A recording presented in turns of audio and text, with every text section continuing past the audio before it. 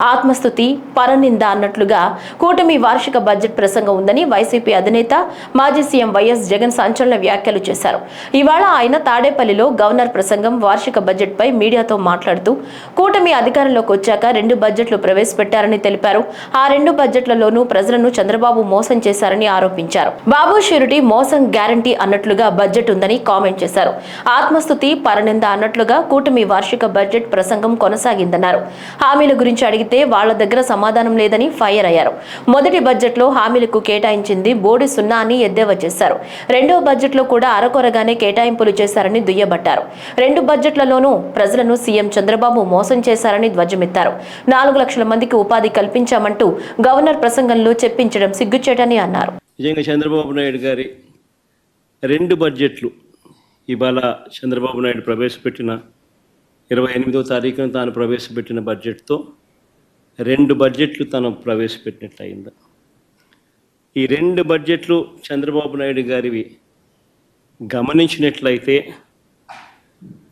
బాగా ప్రస్ఫుటంగా కూడా కనిపించేటి ఏమిటి అని అంటే, చంద్రబాబు గారు అన్ని రకాలుగా ప్రజలను మోసం చేసిన తీరు తేటతెల్లంగా కనిపిస్తుంది. ఎన్నికలకు ముందేమో బాబు షూరిటీ, భవిష్యత్ గ్యారంటీ.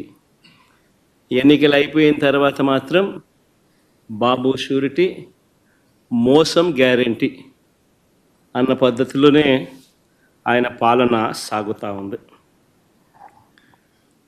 బడ్జెట్ స్పీచ్ అంతా కూడా చూస్తే, బడ్జెట్ కానీ గవర్నర్ ప్రసంగం కానీ ఏది చూసినా కానీ కనిపించేది ఒకటే. గవర్నర్ ప్రసంగంలో వీళ్ళు రిప్లై ఇచ్చేటప్పుడు కానీ, బడ్జెట్ స్పీచ్లో కానీ ఎక్కడ చూసినా కానీ మనకు కనిపించేటివి 2 కనిపిస్తాయి. 1 పరనింద, 2 ఆత్మస్తుతి. ఈ 2 మాత్రం బాగా ప్రస్ఫుటంగా కనిపిస్తాయి. 2వ బడ్జెట్ ప్రవేశపెడతా ఉన్నప్పటికీ కూడా ఈ రోజుకి కూడా వాళ్ళ నోట్లో నుంచి వచ్చే మాటలు జగనట్ట, జగనిట్ట, జగనట్ట, జగనట్ట, ఆ పాలన ఈ పాలన, ఇవే మాటలే వస్తాయి.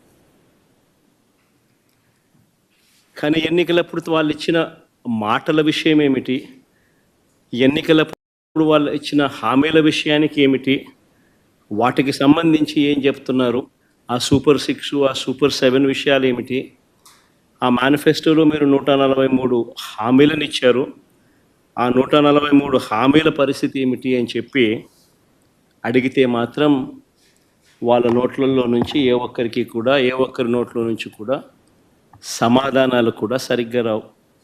ఏది చెప్పినా అబద్ధం, ఏది చెప్పినా మోసం. ఎన్నికలప్పుడేమో సూపర్ 6 అన్నారు, సూపర్ 7 అన్నారు. ఏకంగా ఒక మేనిఫెస్టో రిలీజ్ చేశారు.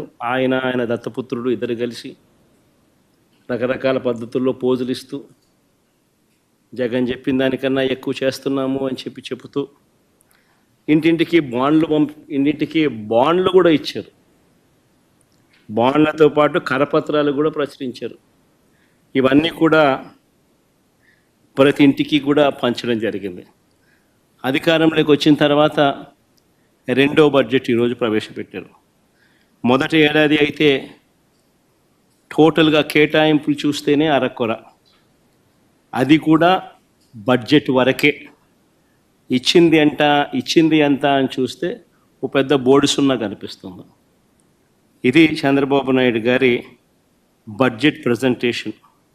ఇక 2వ ఏడాది బడ్జెట్ కూడా ఇంచుమించు అదే పోలికలే కనిపిస్తూ ఉన్నాయి.